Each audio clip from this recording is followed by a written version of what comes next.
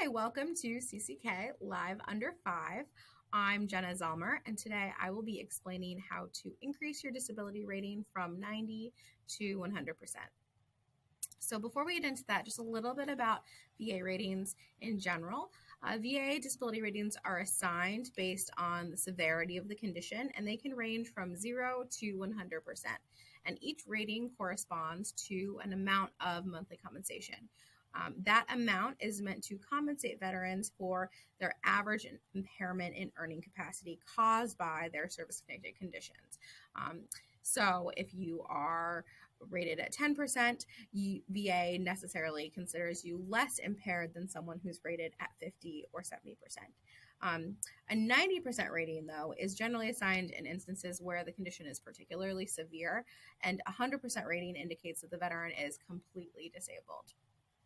As of December 1st of this year, 2021, veterans with a 90% rating will receive almost $2,000 a month. It's $1,998.52 per month. But on the other hand, veterans who are rated at 100% will receive over $3,000 a month, $3,332.06 per month. So that's over $1,000 of difference just between a 90 and a 100% rating. So that extra 10% really matters. In addition to that extra money per month, veterans at a 100% rating are also eligible for other VA benefits, such as healthcare priority group status, VA dental care benefits, specially adapted housing program benefits, dependent education assistance program, commissary and exchange benefits, and in some states, property tax waivers and vehicle registration. So it's really, valuable to get that extra 10% from 90 to 100. And if you think your service-connected condition warrants a higher rating, there are a few different routes that you can take. So if you've recently received a rating decision, you can appeal that assigned rating, or you can file a new claim for an increased rating of a service-connected condition that you already have service-connected for. If you don't think that any of your service-connected conditions can be increased in severity, you can also file a new claim for service connection for a new condition. It's important, though, to remember that VA doesn't just add up all the veterans' ratings. So you might receive an increased rating for a certain condition, and that might not actually bump up your combined total rating from 90 to 100. It's really complicated. And so I would encourage you to reach out to your veterans service representative or your VA attorney, whoever is helping you work on your claims, because they can help you navigate VA's combined rating table and figure out what exactly you need in order to bump you up from 90 to 100. Another opportunity that veterans can pursue to get to 100% is to ask for entitlement to TDIU, which stands for Total Disability Due to Individual Unemployability.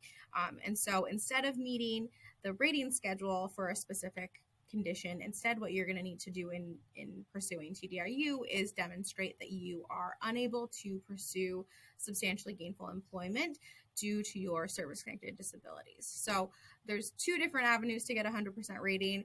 It really depends on what your service-connected conditions are and what your work history is like in order to figure out which is more reasonable, which is more kind of likely to get you to 100%. And so again, it's really important to talk to your rep. And then under certain circumstances, it's possible that VA could actually increase your rating without you even asking. If you have new evidence supporting the fact that your service condition has worsened, or if you're going to VA treatment on a regular basis and it's very clear.